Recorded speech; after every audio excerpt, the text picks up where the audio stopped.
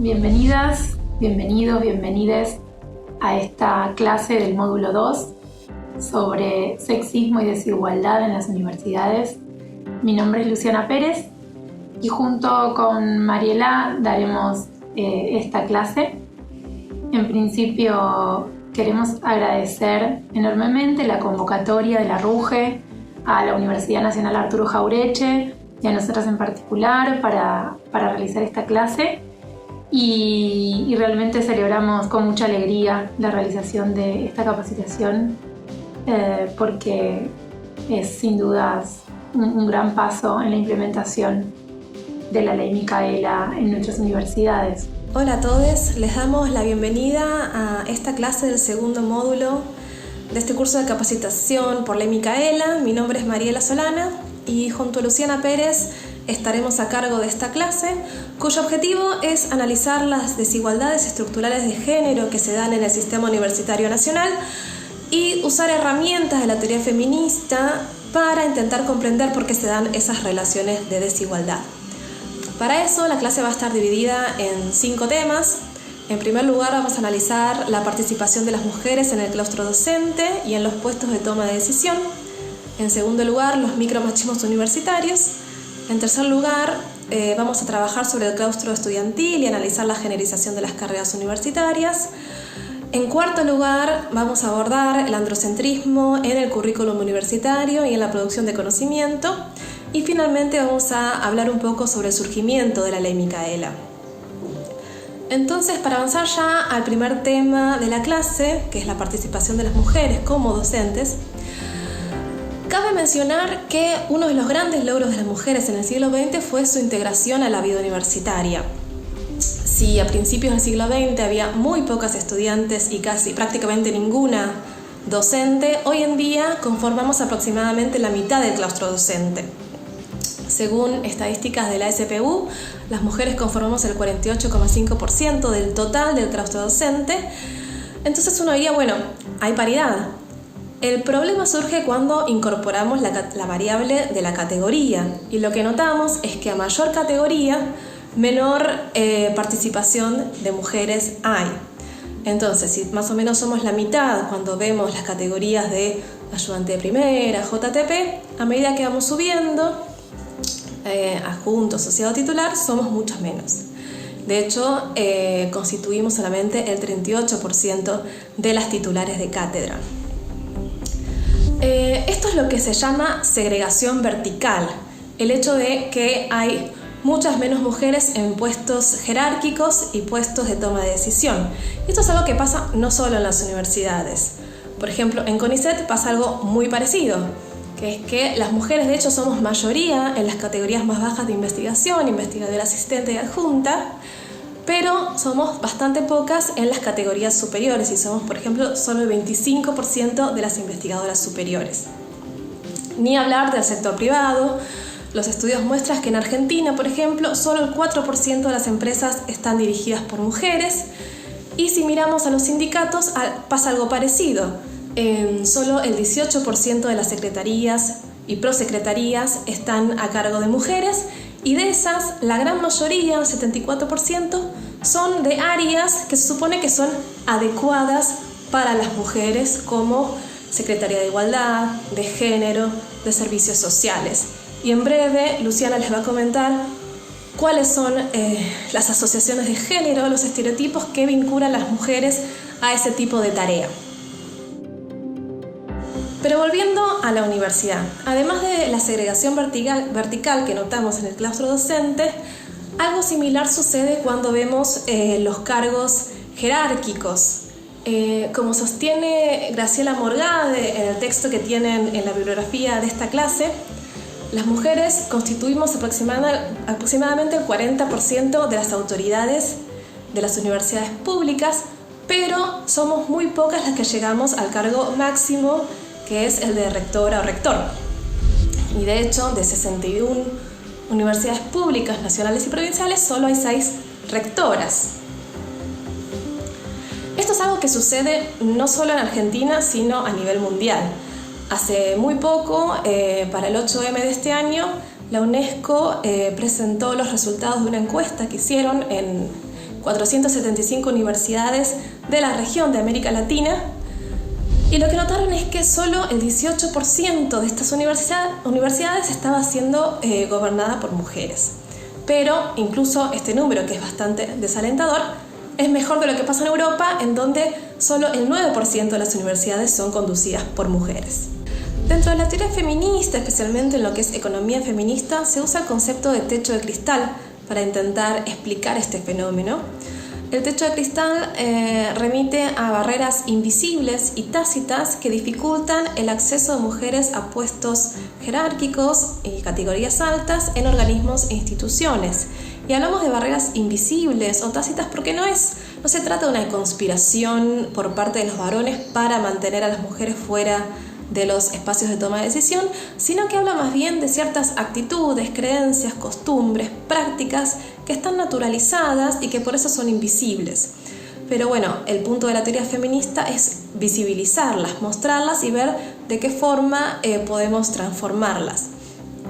En los estudios que trabajan estas barreras, este techo de cristal, aparecen varias que me parece que está bueno nombrarlas para ver si suceden o no, si se dan o no en las universidades.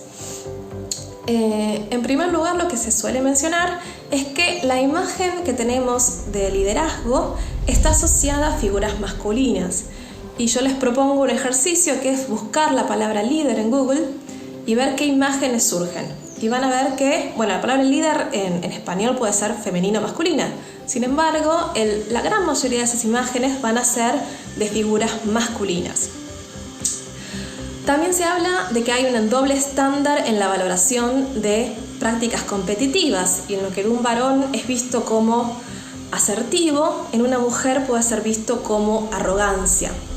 En tercer lugar, se menciona que a veces las decisiones se toman en espacios que son poco amigables o hostiles a las mujeres, o donde ellas no están invitadas. Tomar una decisión cuando estás tomando una cerveza después del partido de fútbol, por ejemplo. Hay un estudio muy interesante que hicieron unos sociólogos de la Universidad de Michigan, que se llaman Morgan y Martin, donde analizan cuáles son los espacios en los cuales se cierran tratos empresariales. Ustedes saben que a veces ciertos negocios se cierran no en las oficinas sino por fuera de ellos, y ellos analizan en qué espacios se cierran estos negocios en el sector privado de Estados Unidos, y notan que hay dos espacios privilegiados para cerrar estos tratos, estos negocios, que son la cancha de golf y el bar de strippers, que son dos espacios que no son muy amables o abiertos a las mujeres, por lo que las mujeres de estas empresas no logran cerrar tantos tratos como varones. Entonces, para dar un ejemplo más de estos espacios que dificultan que las mujeres puedan avanzar. También, además del espacio, hay que hablar del tiempo. A veces las reuniones importantes se realizan en momentos en los cuales las mujeres, especialmente las que son madres, no pueden asistir, horarios nocturnos, ¿sí? Y eso nos permite avanzar a una de las grandes dificultades que la literatura feminista ha identificado a la hora de avanzar y permanecer en un trabajo, que es la dificultad de conciliar la vida laboral con las tareas de crianza y cuidado. En breve Luciana les va a contar qué es esto de la doble jornada laboral y la triple jornada laboral, pero yo quería dar cierta nota de color y contar que, por ejemplo, ahora, en este periodo de cuarentena y de aislamiento social obligatorio, hay varios estudios que muestran que la cuarentena está afectando negativamente especialmente a las personas que tienen hijos a cargo, y de esas personas afectan incluso peor a las mujeres, que, como también les va a contar Luciana en breve, somos la que solemos hacernos cargo de más tareas de cuidado en general. Después, en cada familia habrá particularidades, excepciones, pero las estadísticas nacionales generales muestran que las mujeres se ocupan más de las tareas de cuidado y de crianza que los varones, por lo menos en hogares heterosexuales. Hay un estudio de la Universidad de Toronto que es muy interesante, que analiza cuántos artículos se presentaron a bases de datos de ciencia y tecnología durante la cuarentena y el año anterior. Analizan un mes, del 15 de marzo al 15 de abril de 2020, comparado con el 15 de marzo al 15 de abril de 2019. Lo que nota este estudio es que hubo un aumento de papers presentados a estas bases de datos, pero que el aumento de papers escritos por mujeres fue menor al del escrito por varones. Hubo un 2,7 de más papers escritos por mujeres frente a un 6,4 de aumento de papers escritos por varones, o sea, más del doble. Entonces, bueno, algo está pasando que hace que las mujeres en este periodo de aislamiento podamos producir menos en términos de papers, de artículos, etcétera, que nuestra contraparte varón. El punto de estos análisis feministas es mostrar que no se trata solo de una cuestión de mérito, ¿sí? Es un gran ataque a la idea de meritocracia. No es que quienes llegan a los puestos jerárquicos lo hacen solo por mérito, y no es que las mujeres no llegan porque les faltan calificaciones. Para nada. Hay otros motivos, hay prejuicios, hay estereotipos, hay expectativas, hay roles asignados a varones y mujeres que dificultan el acceso de las mujeres a estos puestos. Y hay un estudio muy interesante también que lo recoge una psicóloga feminista que se llama Cordelia Fine, en el cual le pidieron a 100 psicólogos que evalúen un currículum de una persona ficticia para ocupar un cargo en una universidad. Al primer grupo se le dio el currículum de un varón y al segundo grupo se le dio el currículum de una mujer. Los currículums eran exactamente iguales, los mismos logros, los mismos antecedentes. Lo sorprendente fue que el primer grupo, el que le tocó el varón, recomendó a esta persona mucho más que el segundo. De hecho, 3/4 del primer grupo recomendó al varón para este cargo, mientras que solo la mitad del segundo grupo recomendó a la mujer, a pesar de que tenían exactamente el mismo currículum. Entonces, de nuevo, no es solo una cuestión de mérito. Hay otras cosas que se juegan detrás de este fenómeno de la segregación vertical, y el punto de la teoría feminista es pensar de qué forma podemos idear políticas institucionales para garantizar la igualdad de oportunidades entre varones y mujeres. Recién Mariela explicaba cómo se da entonces la segregación vertical en el ámbito universitario y cómo disminuye el porcentaje de mujeres a medida que subimos en la escala jerárquica de cargos de gestión y de cargos docentes al interior de las cátedras. Además de la noción de techo de cristal, hay otros conceptos que también nos permiten analizar el fenómeno de la segregación vertical, que dan cuenta de las limitaciones en el crecimiento laboral de las mujeres y de la brecha salarial en relación a los varones. Uno de esos conceptos es el de piso pegajoso. Este término hace referencia a la tendencia de muchas mujeres a quedar estancadas en puestos laborales de menor calificación, que en general también son de menos cantidad de horas, part-time, más flexibilizados, digamos, a veces informales y con salarios más bajos. Según estadísticas nacionales del Ministerio de Trabajo, las mujeres tienen más probabilidades que los hombres de que su trabajo sea informal o no registrado y por menos horas. De hecho, más de la mitad de las mujeres se ocupa en puestos de tiempo parcial. 2 de cada 3 mujeres se ocupan en puestos de baja calificación y muestran una menor presencia en cargos de jefatura y de dirección. Por ende, todo esto conduce a que tienen un menor ingreso que los varones. Aproximadamente las mujeres ganan un 25% menos que los hombres. A esto se lo denomina brecha salarial. Otro de los términos que se utilizan para analizar la segregación vertical es el de escalera rota. Este término hace referencia a interrupciones en el ascenso de la carrera laboral o profesional de las mujeres, que frecuentemente tiene relación con la maternidad o con otras tareas de cuidado. ¿Cómo se da esto en el ámbito universitario? Bueno, por ejemplo, en relación a la carrera académica de las docentes, cuando tenemos que interrumpir estudios de posgrado o suspender trabajos de investigación y trabajos de tesis. Y en el caso de las estudiantes, cuando tienen que interrumpir sus estudios, dejar de cursar o eventualmente luego de una interrupción cursar menos materias y con una sobrecarga mucho mayor.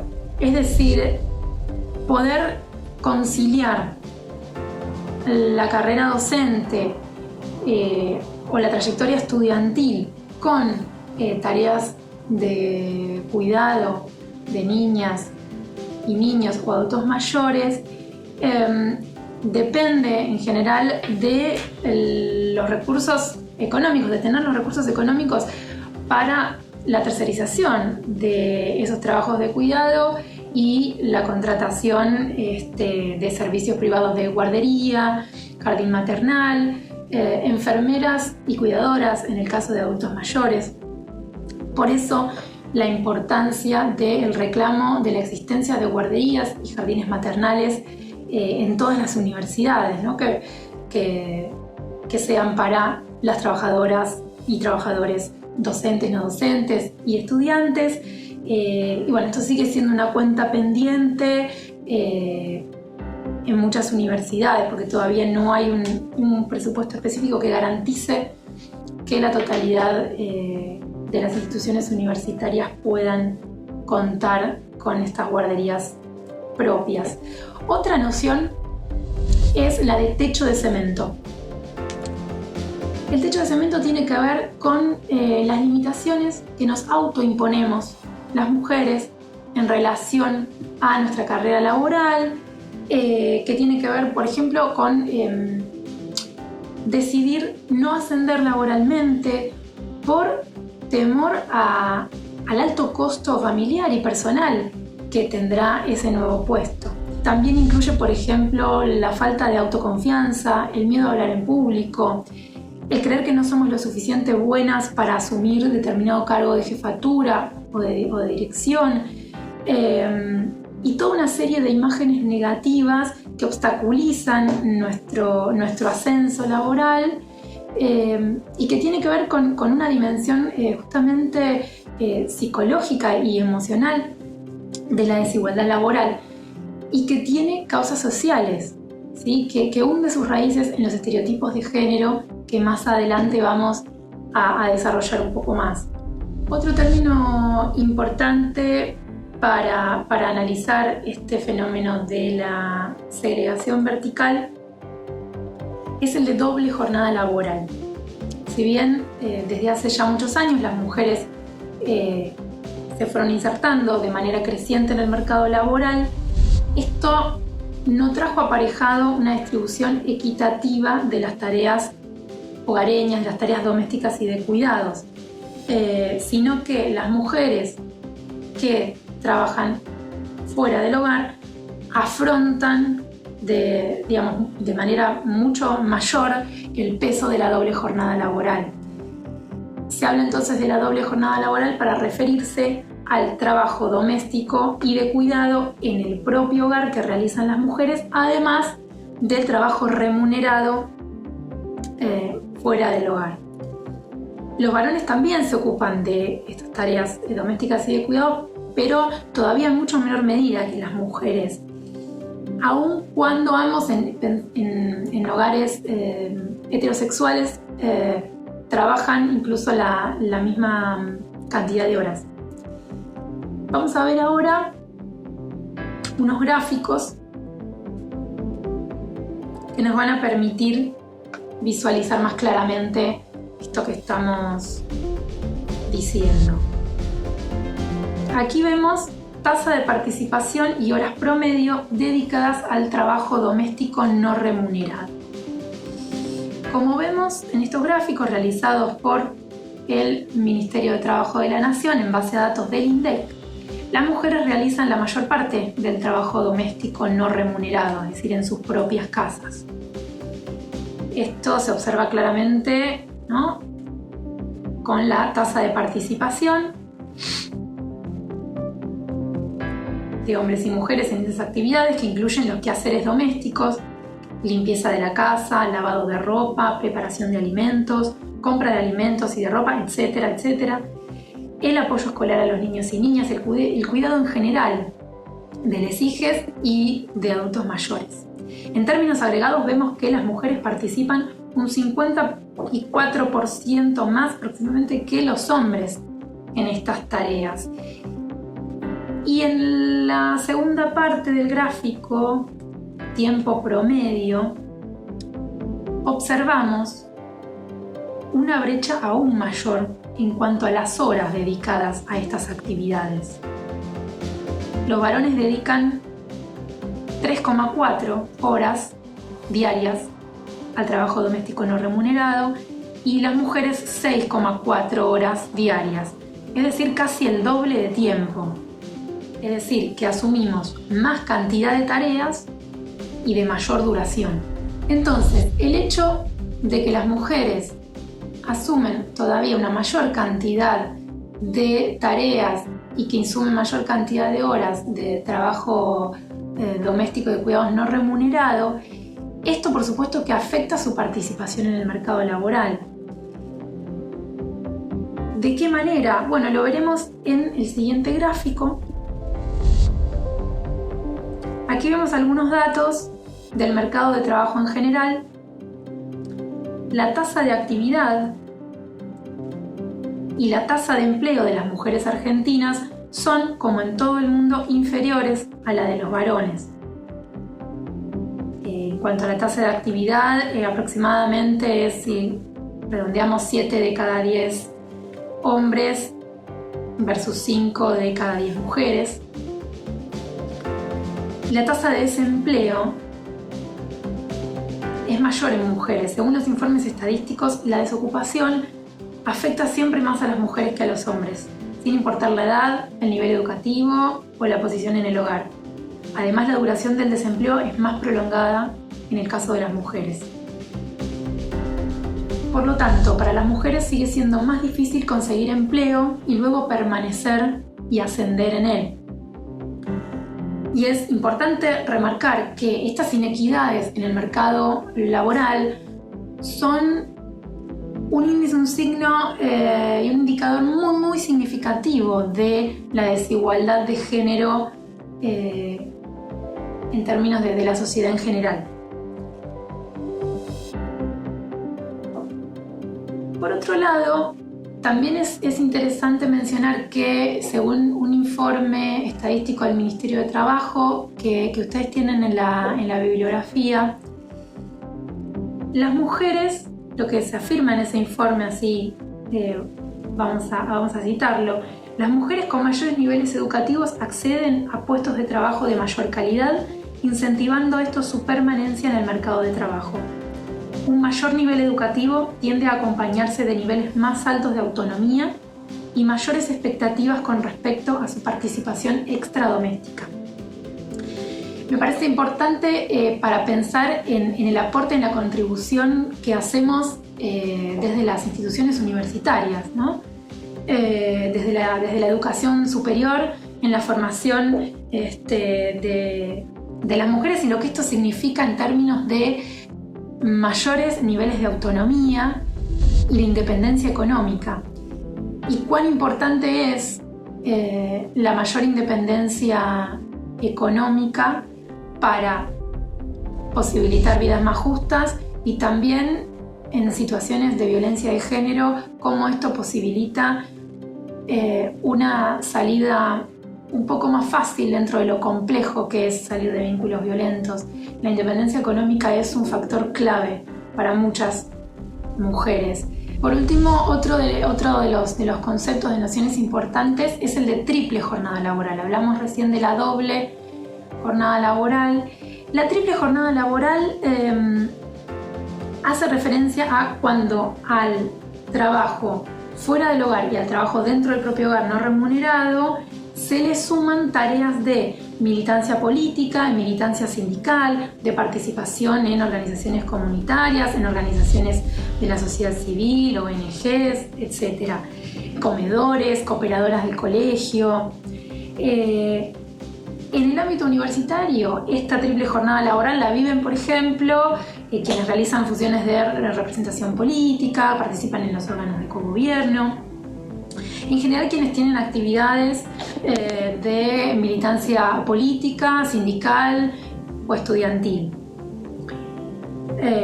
Y bueno, dado que, como vimos, las mujeres asumimos más carga laboral dentro de nuestros propios hogares, es lógico que nos cueste más la participación en estos ámbitos de militancia política y sindical,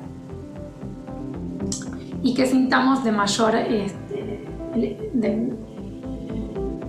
peso, digamos, de la triple jornada laboral. En este sentido, como mencionó Mariela, un factor que incide en la desigualdad de género en el ámbito laboral y que a su vez es producto de ella, es la limitada participación y representación sindical de las trabajadoras mujeres. En el caso de la docencia universitaria, se observa todavía una marcada subrepresentación femenina en ámbitos de decisión política importantes, por ejemplo, como son las mesas paritarias universitarias. Vamos a ver entonces el siguiente gráfico, elaborado en base al acta de la Comisión de Condiciones y Medio Ambiente de Trabajo, que se reunió hace muy poquito, el 19 de junio de este año. Y lo que vemos allí cuando analizamos la composición por género de las personas participantes de esta reunión, vemos que solo el 12% eran mujeres en esa reunión. Quienes estaban presentes representantes del Ministerio de Educación de la Nación, de 6 sindicatos docentes y del Consejo Interuniversitario Nacional. De las 26 personas presentes solo había 3 mujeres. 2 de ellas representantes de sindicatos docentes y otra de ellas rectora en representación del CIN. En los últimos años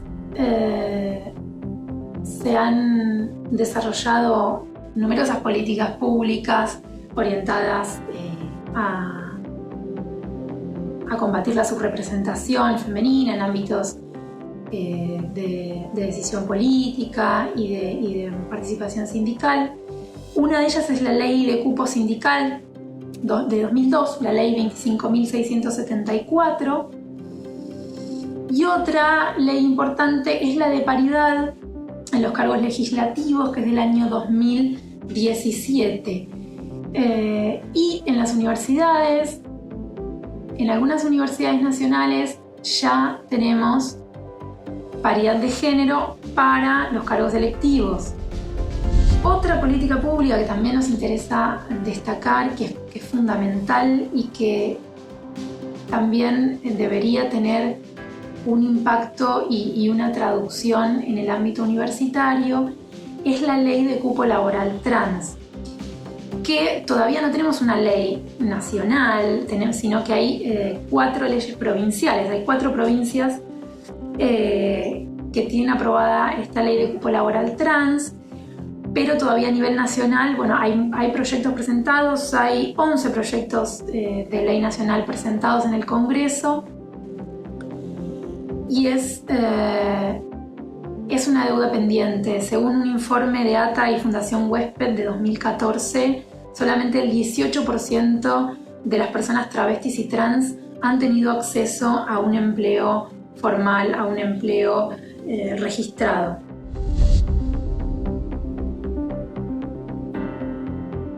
El segundo tema de la clase de hoy es el sexismo cotidiano que aparece en la universidad, porque además del techo de cristal, techo de cemento y estos otros conceptos que estuvimos viendo, las mujeres y los grupos postergados padecen otros tipos de prácticas discriminatorias y machistas en la universidad.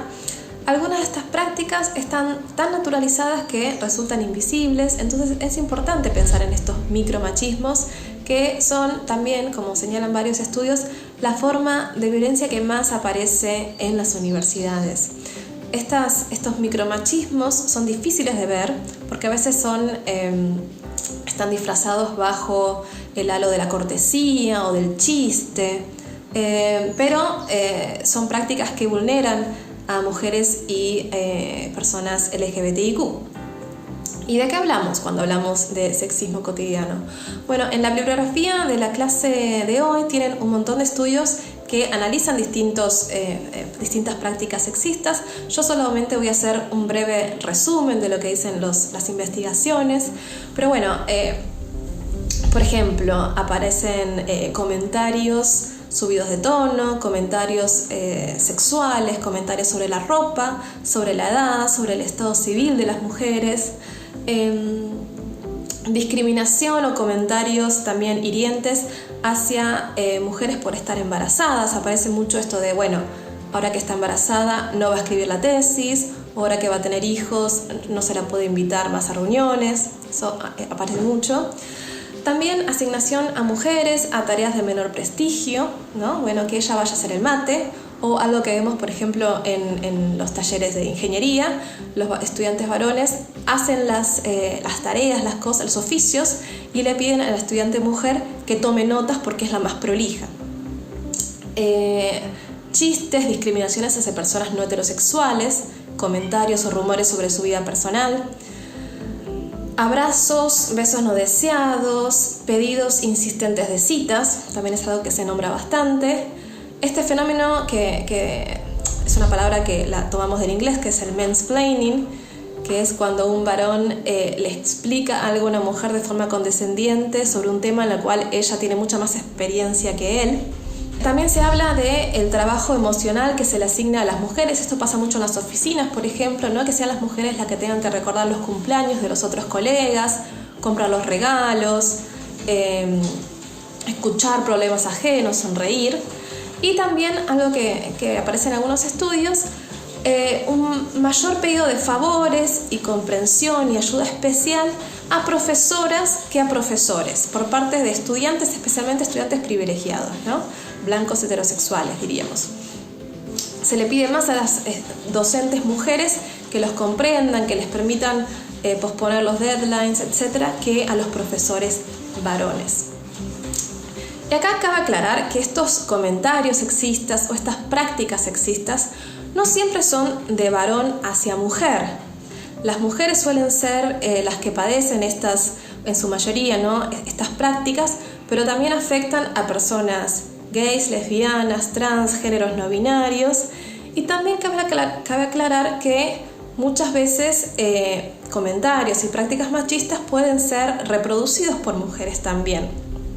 Y a mí me gusta mucho una definición de feminismo que da Bell Hooks, que es una feminista negra estadounidense, que dice que el feminismo es un ataque contra el sexismo, contra el pensamiento sexista.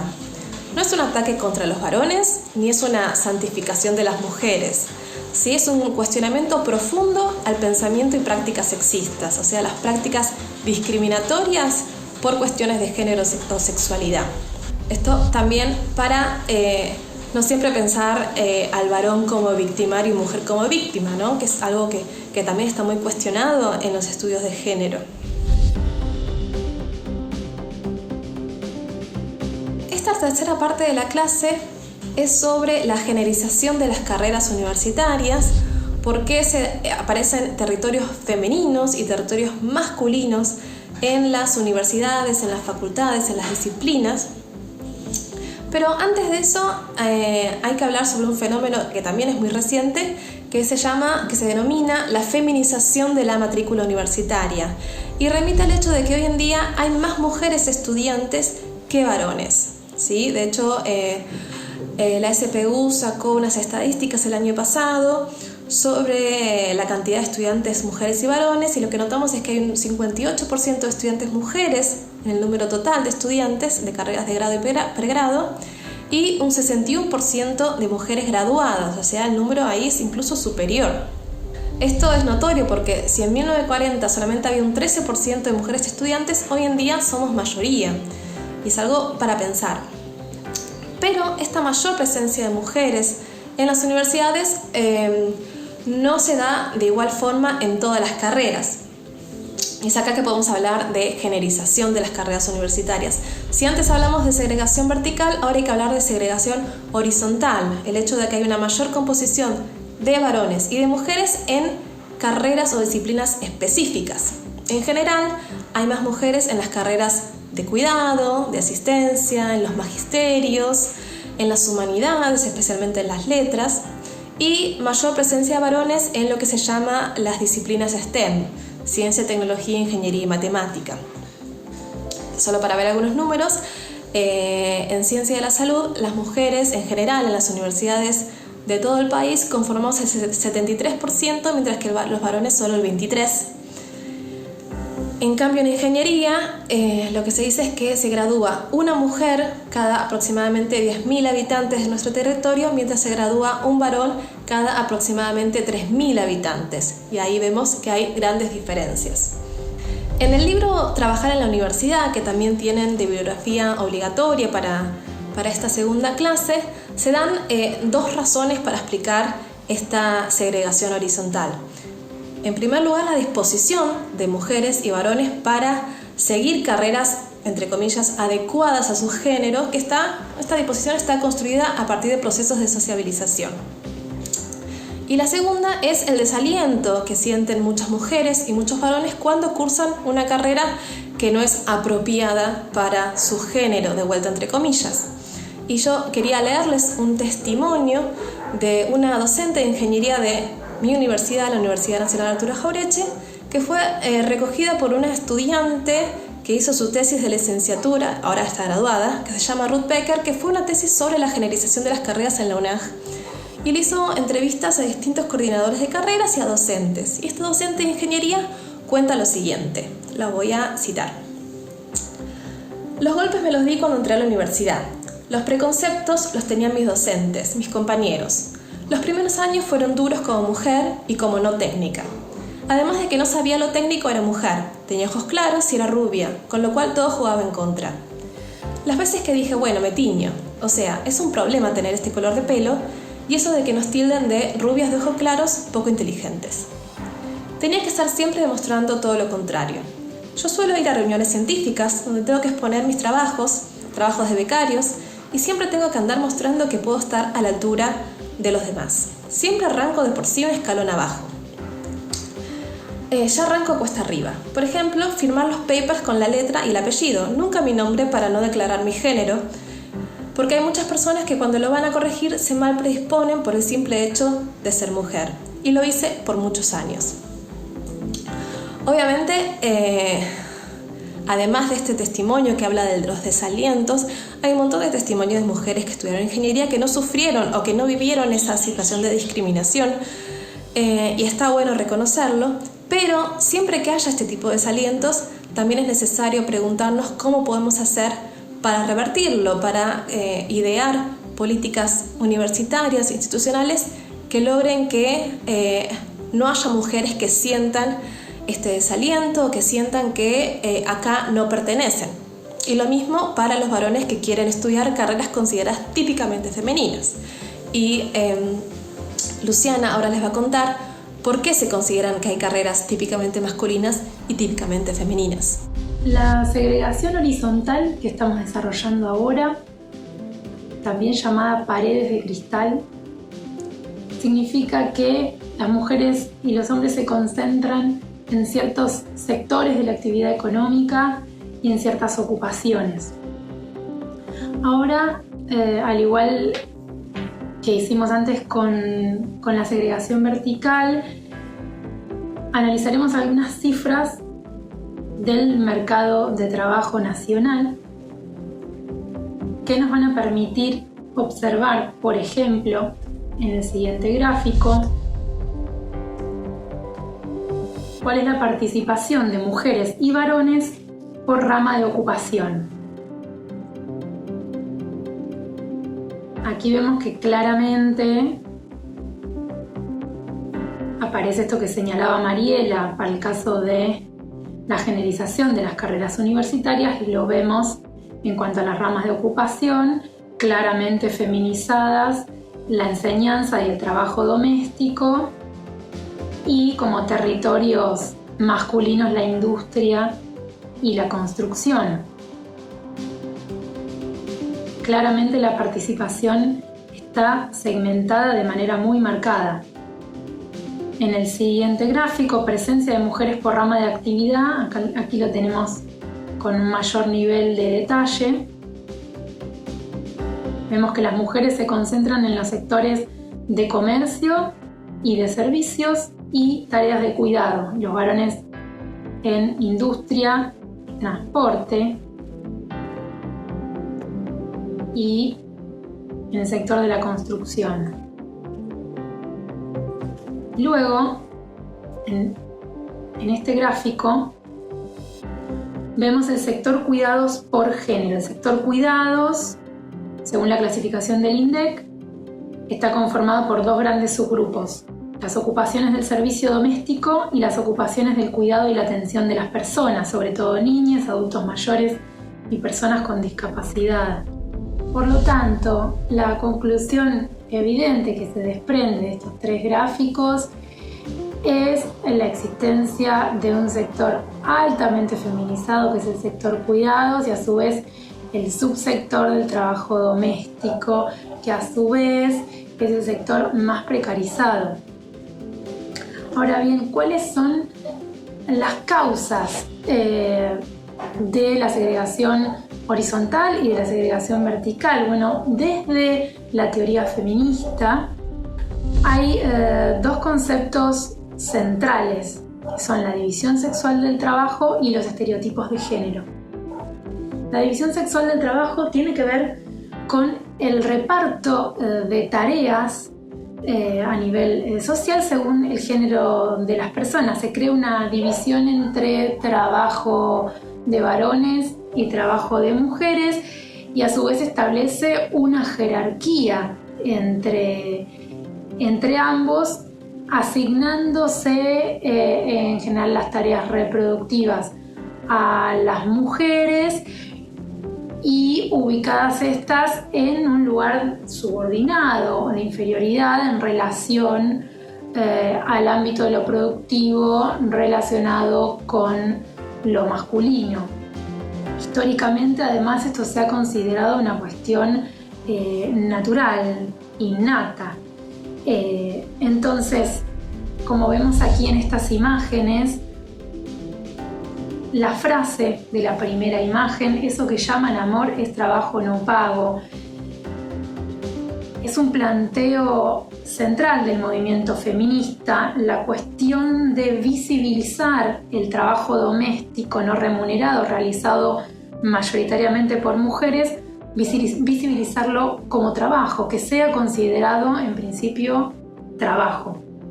Históricamente estas tareas no eran consideradas trabajo y estaban naturalizadas. Desde el amor a los niños y las niñas, el supuesto instinto maternal y la supuesta capacidad de cuidado innata de las personas, servía como justificación para relegar a las mujeres a la esfera privada y justificar también el carácter no asalariado de su trabajo. Luego en las otras dos imágenes vemos otro eje fundamental, que es la cuestión de la valorización social. Nosotras movemos el mundo, nuestro trabajo vale. ¿Por qué? Porque históricamente también, como decíamos, estuvo desvalorizado el trabajo doméstico realizado por las mujeres, que tiene que ver con el androcentrismo que luego va a desarrollar Mariela, con una sobrevaloración de lo masculino, de lo realizado por los hombres, y una desvalorización no solo de las mujeres, sino de todo lo considerado femenino. Y además la discriminación en relación a los salarios, porque cuanto más femenina sea la ocupación, entonces menor es el salario. Desde el feminismo se plantea entonces que es el trabajo doméstico y de cuidados no remunerado realizado mayormente por las mujeres el que sostiene y permite el funcionamiento del mercado de trabajo. Vamos a compartir en relación a esto también una cita de Silvia Federici, una reconocida teórica y militante feminista italiana. Veamos lo que ella plantea. Esta dependencia del salario masculino define lo que he llamado patriarcado del salario. A través del salario se crea una nueva jerarquía, una nueva organización de la desigualdad. El varón tiene el poder del salario y se convierte en el supervisor del trabajo no pagado de la mujer. Y tiene también el poder de disciplinar. Esta organización del trabajo, que divide la familia en dos partes, una asalariada y otra no asalariada, crea una situación donde la violencia está siempre latente. Este modelo de familia continuó desde finales del siglo XIX hasta los años 60 del siglo XX y es el modelo frente al cual el movimiento feminista y las mujeres en general se sublevaron en las décadas de los años 60 y 70, diciendo basta a esta concepción de la mujer como dependiente. El feminismo ha significado una búsqueda de autonomía, de rechazo al sometimiento de las mujeres en la familia y en la sociedad. Entonces, nos parece importante señalar dos cuestiones en relación a esto que plantea Federici. En principio, la cuestión de la valorización del trabajo doméstico y de cuidados realizado mayormente por las mujeres.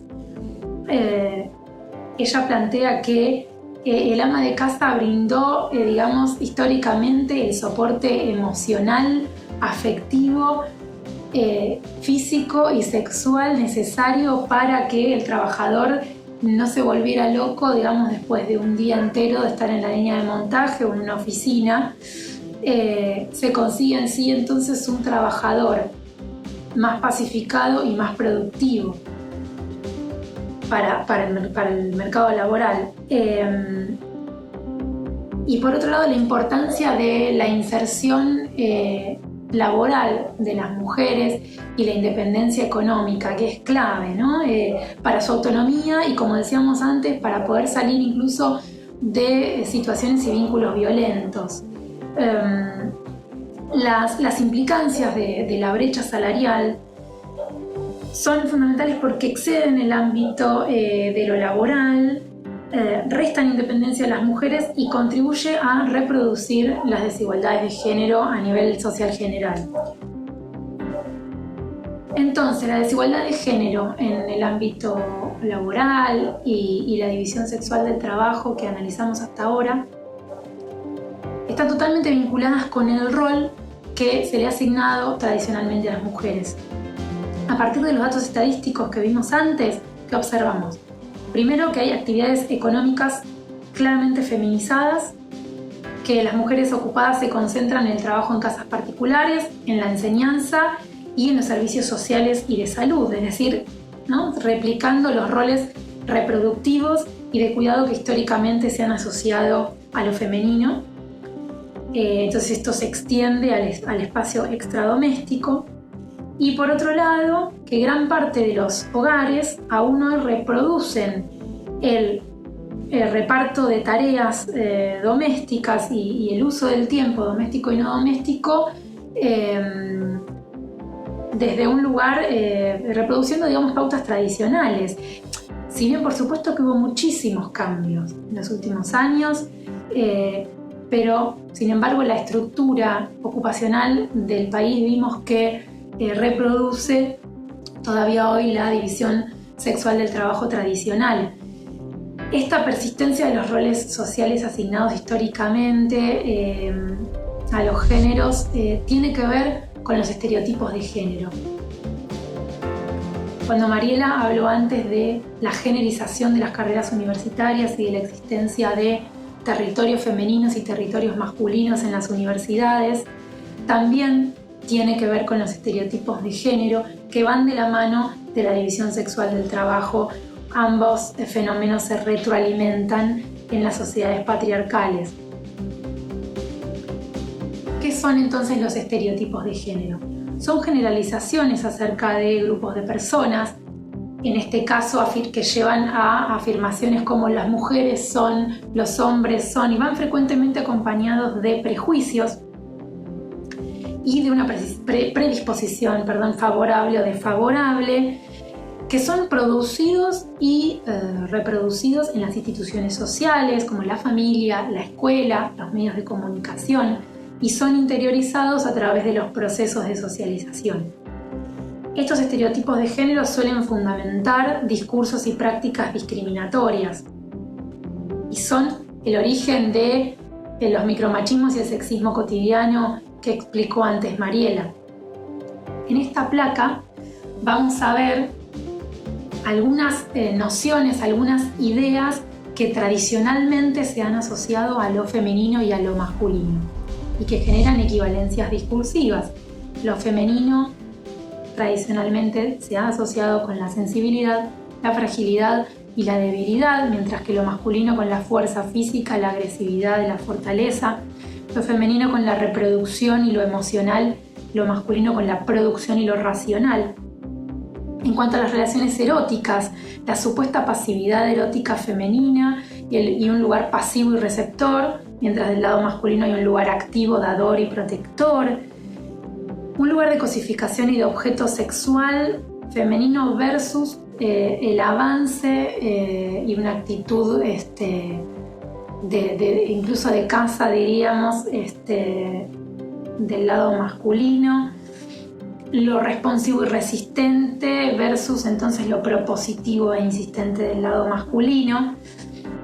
La cuestión del mandato de maternidad, del supuesto instinto maternal asignado a las mujeres versus una paternidad poco activa y poco estimulada, ¿no? desde la infancia. Luego la esfera privada versus la esfera pública, digamos, y cómo históricamente se han generizado las dos esferas. Y luego la cuestión de la heteronorma, ¿no? Lo femenino pensado tradicionalmente como el ligado a la heterosexualidad y lo mismo para los varones. Como vimos, los estereotipos de género funcionan con una dinámica de contraste y de oposición, ¿no? Bueno, de ahí también esto de hablar del sexo opuesto. Entonces, desde el sexismo se generan estas equivalencias discursivas que vimos recién, y preferimos hablar de lo masculino y lo femenino y no mujeres y varones, porque no necesariamente estas categorías, estas nociones, estas representaciones son aplicadas a hombres y a mujeres respectivamente, sino que pueden ser aplicadas a otros géneros y a identidades sexogenéricas múltiples. Y tampoco quiere decir que hoy en día todas las mujeres y todos los hombres respondan a estas ideas que mencionamos recién, pero sí que estas representaciones, estas ideas, estas creencias siguen operando sobre nosotros, siguen construyendo subjetividad y siguen utilizándose aún hoy en día para justificar la violencia de género. A estos estereotipos de género los vemos presentes en publicidades, en medios de comunicación, en la vida cotidiana, en chistes sexistas, incluso en fallos judiciales, y en las escuelas y en las universidades y en el mercado de trabajo, como hemos visto antes. Ya en el módulo 1, en la clase de Vanessa Vázquez Lava, ella explicó muy bien el desarrollo del movimiento feminista, las distintas olas, la historia del movimiento, e hizo un recorrido por los principales planteos políticos y teórico-conceptuales del feminismo. Entonces, volvemos aquí sobre algunos conceptos, pero señalando que, por supuesto, es muy limitado el tiempo para un abordaje en profundidad de estos conceptos, ya que merecerían no solo una clase especialmente dedicada a ellos, sino un curso entero o varios cursos. El desarrollo teórico sobre las nociones vinculadas al género y la diversidad genérico-sexual es muy amplio, y además hay polémicas y debates al interior de la teoría feminista que son muy interesantes y bueno, que requieren de mucho tiempo para poder ser abordados. Sobre el concepto de género, vamos a tratar de sintetizar y esquematizar.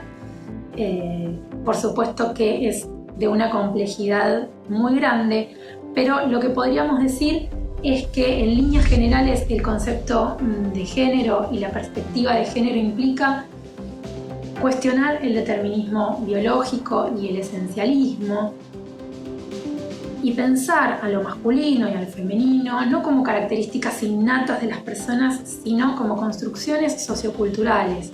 No se nace mujer, se llega a serlo, dijo Simone de Beauvoir. El género se construye, no es algo natural que ya tenemos al nacer. Por otro lado, otra cuestión fundamental es que en todas las relaciones sociales hay relaciones de poder, y entonces también hay relaciones de poder construidas en función del género y de la sexualidad.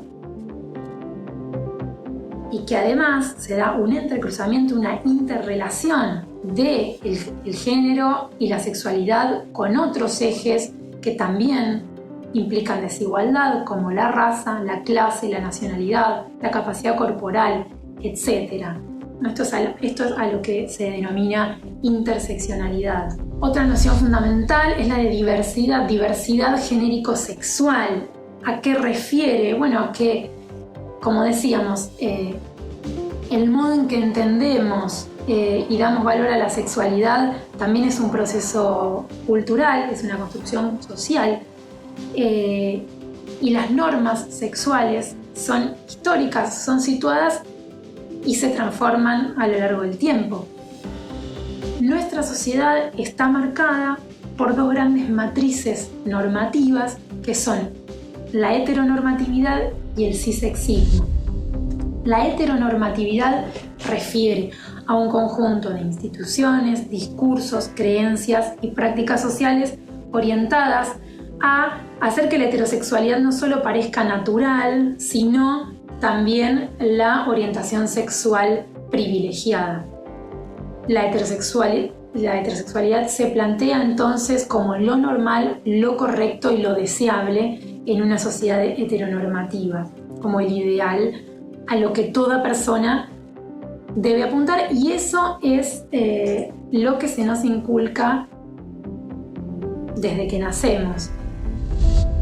El cisexismo se define como la combinación entre dos tipos de sexismo: aquel que coloca a las mujeres y en general a lo femenino en un lugar inferior y subordinado respecto de los hombres y en general a lo masculino, y aquel que coloca en un lugar inferior y subordinado a las personas transexuales respecto de las cisexuales. Entonces, el planteo fundamental desde el feminismo es romper con el binarismo, plantear que los géneros no son solo dos, que los sexos tampoco, y es fundamental en esto el activismo de la comunidad LGBTIQ+, en el sentido de la lucha en contra de la patologización y en contra de la discriminación de las sexualidades disidentes. Bueno, el cuarto tema de la clase de hoy es el androcentrismo en el currículum universitario y en la producción de conocimiento. Este tema nos dirige ya no a las políticas institucionales o las relaciones laborales en la universidad, sino más bien a la producción y transmisión de conocimiento en las universidades. Y sobre este tema, la teoría feminista se ha hecho varias preguntas. Por ejemplo, ¿hay mujeres en los programas de las universidades? ¿Ocupan el mismo espacio que los varones en los programas? ¿O son comentadoras de las grandes obras de los grandes varones? ¿Qué lugar ocupan los estudios de género en la universidad? ¿Ocupan un lugar marginal? ¿Ocupan un lugar más transversal? Y una pregunta quizás más general, pero igual de importante: ¿son las ciencias neutrales y objetivas en términos de género? Y acá aparece este concepto que es el de androcentrismo, que hace referencia a una práctica que para mí está muy extendida en la academia, de otorgar al varón y su punto de vista una posición central en el mundo, en la historia, en la cultura, en la sociedad. Es básicamente tomar al varón como sinónimo de humanidad. Implica una sobrevaloración de lo masculino y una invisibilización o denigración no solo de las mujeres, sino de todo lo considerado femenino: el cuerpo, las emociones, la esfera privada, los cuidados. Y en el mundo universitario podemos notar este androcentrismo en estos dos planos, en el currículum, pero también en la producción de conocimiento. Por currículum entendemos una prescripción sobre los contenidos de la enseñanza que está ordenada y secuenciada en un plan de estudio, y la crítica que le hace al feminismo, el modo en que el currículum universitario fue pensado, es que primero se sostiene sobre un canon sumamente masculino, y segundo, que invisibiliza los aportes que hicieron mujeres y personas LGBTIQ a la producción de conocimiento. Entonces a veces se piensa que el remedio ante este currículum es pensar un currículum más inclusivo, que incorpore vidas y experiencias de grupos postergados, no solo para mostrar su contribución, sus aportes a la historia y a la sociedad y a la cultura, sino también para ofrecer modelos, imágenes para mujeres y grupos disidentes, para afianzar también su autoestima y que sepan que, bueno, se puede llegar a ser una figura importante en el campo de conocimiento que están estudiando. Sin embargo, esto también tiene sus riesgos, que es, por ejemplo, hacer de la historia de las mujeres o la historia de la disidencia sexual un capítulo aparte, una unidad que no se sabe muy bien qué relación tiene con el resto del programa, ¿no? Como, bueno, ahora vamos a hablar de las mujeres, ahora vamos a hablar de las personas gays, de las personas trans. Y el problema no es que las disciplinas se olvidaron de las mujeres o de los grupos disidentes, sino que existen políticas disciplinares que se basan en la exclusión de estos grupos. Entonces, en lugar de solo agregar estas personas que fueron invisibilizadas, hay que hacer una reflexión disciplinar sobre cómo se constituyen nuestros campos de estudio. No se trata solo de sumar, sino de hacer esta reflexión metateórica, diríamos. Y además, de lo que se habla mucho ahora es del desafío de transversalizar la cuestión, los estudios de género, el análisis del papel de las mujeres y otros grupos en la historia, en la sociedad, en la cultura, y no solo hacer de sus experiencias una unidad aparte, un nuevo gueto, ¿sí? Además de lo que pasa en los planes de estudio, en los programas de las materias, se suele hablar de androcentrismo y de sexismo en la producción de conocimiento, ¿sí? En la forma en que sabemos que las universidades no solo transmiten conocimiento, sino que también son productoras de conocimiento. Se hace investigación de base aplicada, etc. Entonces, la pregunta que se hace en la teoría feminista es si la ciencia es realmente objetiva y neutral en términos de género cuando hace estas investigaciones. A veces se piensa que el método científico lo que hace es garantizar la objetividad de la ciencia. ¿Cómo lo hace? Logrando depurar todos los valores contextuales o culturales del proceso de producción de teorías científicas. Sin embargo, ya desde los 70, con la obra de Thomas Kuhn y las epistemologías feministas se suman a esa crítica que se hace desde estas nuevas filosofías de la ciencia, lo que se plantea es que los científicos no son un conjunto separado de la sociedad que no está afectado por las creencias y valores sociales, sino que además de ser parte de una comunidad científica, son parte de una comunidad cultural y comparten valores y creencias de esa comunidad. Hay una epistemóloga que se llama Helen Longino que sostiene que en las comunidades científicas hay dos tipos de valores. Valores constitutivos, que son los valores propios de la comunidad científica, por ejemplo, adecuación empírica, predictibilidad, observación, etc. Pero también hay valores contextuales que muchas veces se inmiscuyen en la producción de conocimiento, en la formulación de hipótesis, en la interpretación de la evidencia. Y entre estos valores contextuales pueden aparecer sesgos y estereotipos de género. O sea que la ciencia, y esta es la gran crítica que hace la filosofía de la ciencia feminista, no es inmune a los valores contextuales y no es inmune a los estereotipos y prejuicios de género. Esto no quiere decir que siempre aparezcan, pero sí es necesario tener una actitud de cautela y de revisión cuando leemos especialmente teorías que hablan sobre la diferencia sexual, sobre cómo son las mujeres, cómo son los varones, etc. Y vamos a dar 2 ejemplos de cómo puede aparecer este androcentrismo y sexismo en la ciencia. Bueno, el primer ejemplo proviene de las ciencias sociales, particularmente de la historia. Pensemos en el Renacimiento, ¿no? ¿Y qué pensamos inmediatamente cuando hablamos de Renacimiento? Pensamos en el resurgimiento de las artes, de la ciencia, en un periodo de expansión del conocimiento en la historia de la humanidad. Bueno, esto está muy bien, pero en 1977 una historiadora feminista, Joan Kelly, publicó un ensayo en donde se pregunta si para las mujeres hubo un renacimiento. Y lo que dice la autora es que el renacimiento implicó, además de todas estas notas positivas que solemos asociar a él, una domesticación de la esposa burguesa y un incremento en la persecución de brujas. Entonces, a la conclusión incluso que llega a ella es que para las mujeres no hubo un renacimiento, o no lo hubo por lo menos en el periodo que suele asociarse al renacimiento. Lo sorprendente es que los mismos procesos que favorecieron el florecimiento de los varones blancos propietarios fueron los mismos procesos que dificultaron el crecimiento de las mujeres.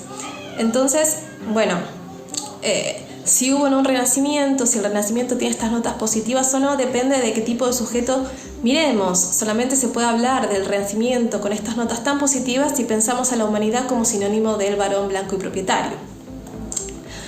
Bueno, eso con respecto a las ciencias sociales, que uno creería que, bueno, al tratar sobre varones y mujeres de nuestra sociedad, puede ser que incluyan prejuicios, estereotipos de género.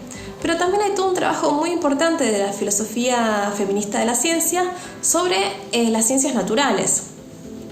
En particular, yo voy a hablar ahora de la biología y de las ciencias sobre la reproducción, la biología reproductiva. Hay un ensayo también muy importante de Emily Martin, que es una antropóloga, que se llama El óvulo y el esperma, cómo la ciencia ha construido un romance basado en estereotipos de género masculinos y femeninos. Y lo que señala la autora es que cuando se habla de fecundación en la biología reproductiva, especialmente en manuales de difusión o en manuales para estudiantes universitarios, se utilizan metáforas sumamente cargadas de definiciones culturales sobre lo que son los hombres y las mujeres. Cuando se habla del espermatozoide, se habla de una célula activa, valiente, fuerte, aguerrida, sagaz, que se enfrenta a lo desconocido.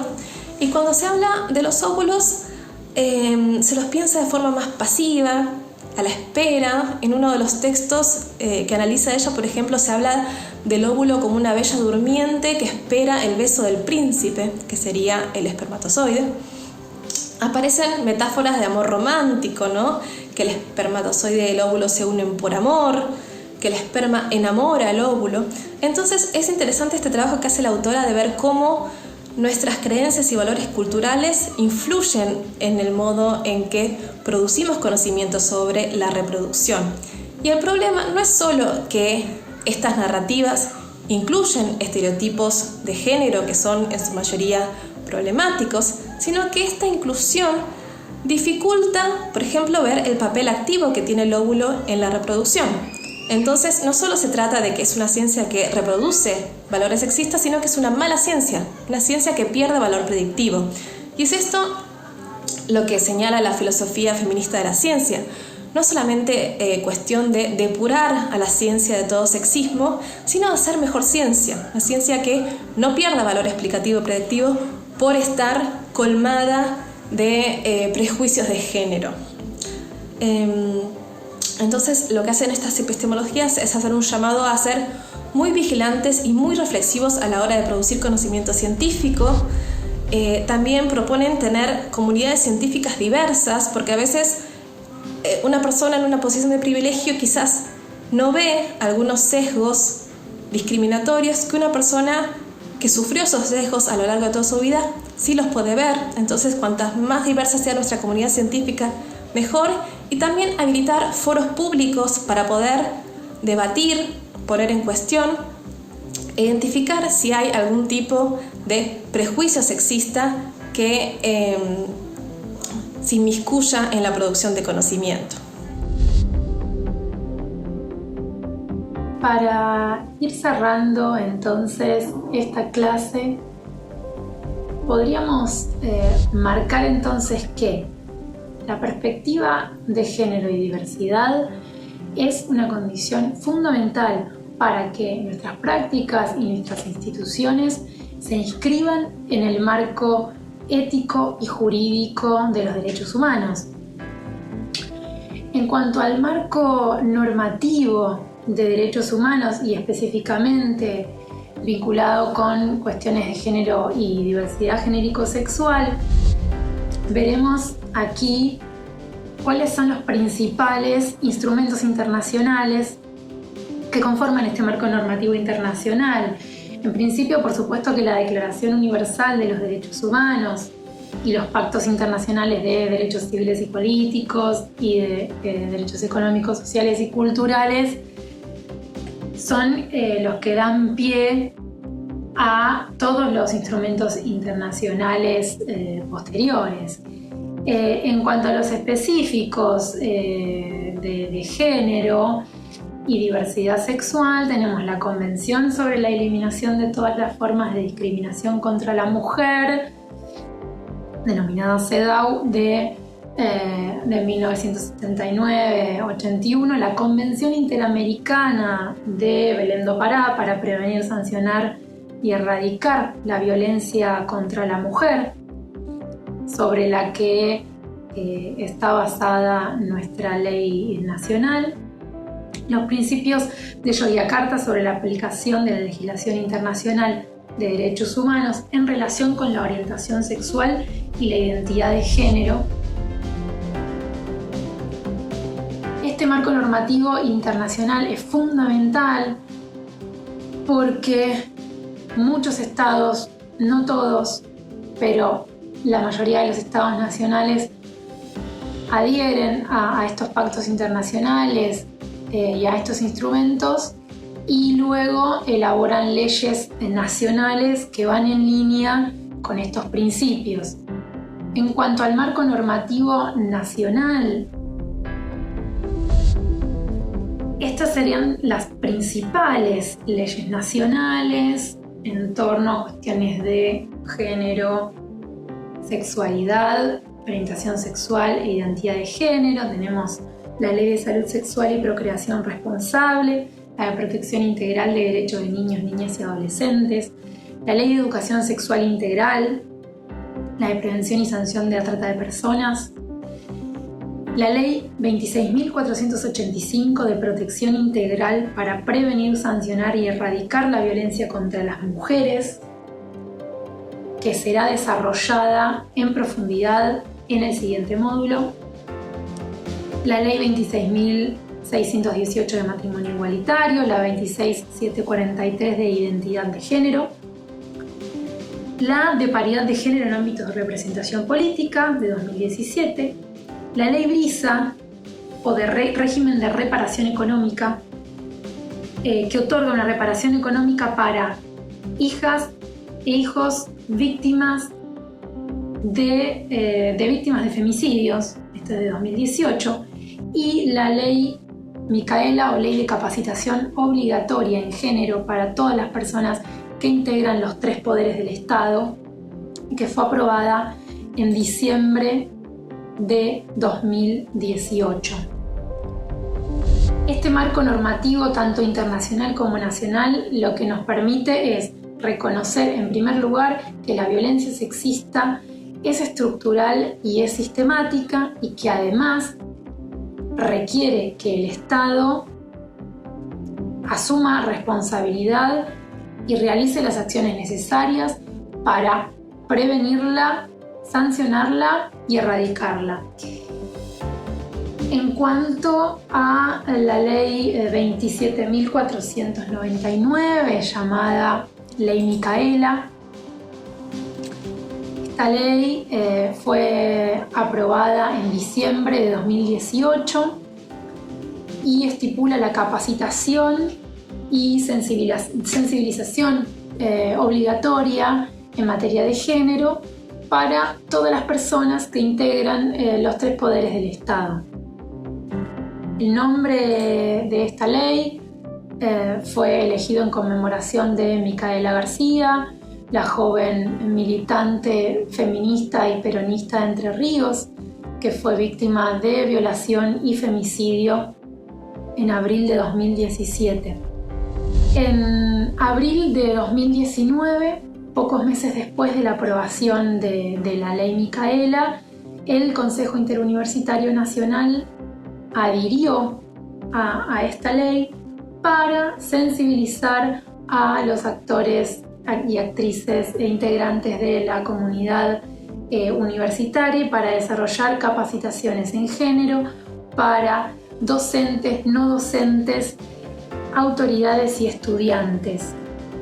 Según la resolución del plenario de rectores en la cual se aprobó esta adhesión, lo que se busca es el desarrollo y la promoción de políticas tendientes a erradicar la desigualdad entre los géneros. Luego vino la adhesión de los consejos superiores de la mayoría de las universidades nacionales. Como señaló Vanessa en la clase anterior, ya más del 80% de las instituciones universitarias adhirieron a la Ley Micaela y la mayoría ha comenzado con las capacitaciones. El tema de la violencia de género y su abordaje desde las instituciones universitarias será específicamente desarrollado en el módulo siguiente, el módulo 3, que se titula Dispositivos institucionales de intervención y formación al interior de las universidades y transversalización de la perspectiva de género en la formación y la investigación. Con esto realizamos el cierre de esta clase. Volvemos a agradecer a la RUGE por la convocatoria y a felicitar al CIN por esta iniciativa. Creemos que estas capacitaciones son piezas clave en el cambio cultural que necesitamos para terminar con la violencia sexista en nuestras universidades y en la sociedad en general. El género, como dijo Marta Lamas, el género es cultura y por ende, como tal, posible de ser transformado. Muchas gracias.